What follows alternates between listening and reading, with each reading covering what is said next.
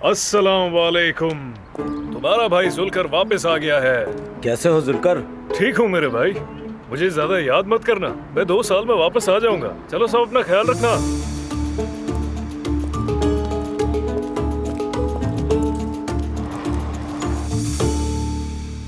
नूर बेटा, अगली बार हम तुम्हारे घर के लिए कबाब बनाएंगे, ठीक है ना? ठीक है अम्मी। इन्हें यहाँ पे थोड़ी देर के लिए रख देते हैं, फिर फ्रीजर में डाल देंगे। अरे आज तो मैंने तुम्हारे बाबा को सारे दिन कॉल नहीं की, जरा देखती हूँ शायद उनकी कॉल आई हो। अम्मी मैं ये लेकर जा रही हूँ। ठीक है बेटा।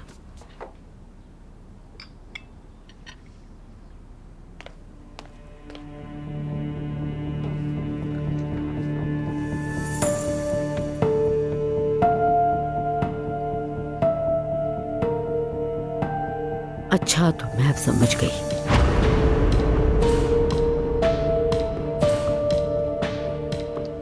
नूर बेटा सुनो, मैं जा रही हूँ, मुझे कुछ काम करने हैं। अभी तो वक्त है, चाय पी लेते हैं। अरे यकीन करो मैं तो भूल गई थी, आज हयात ने छुट्टी मांगी थी तो मुझे जल्दी जाना होगा ताकि वो जा सके।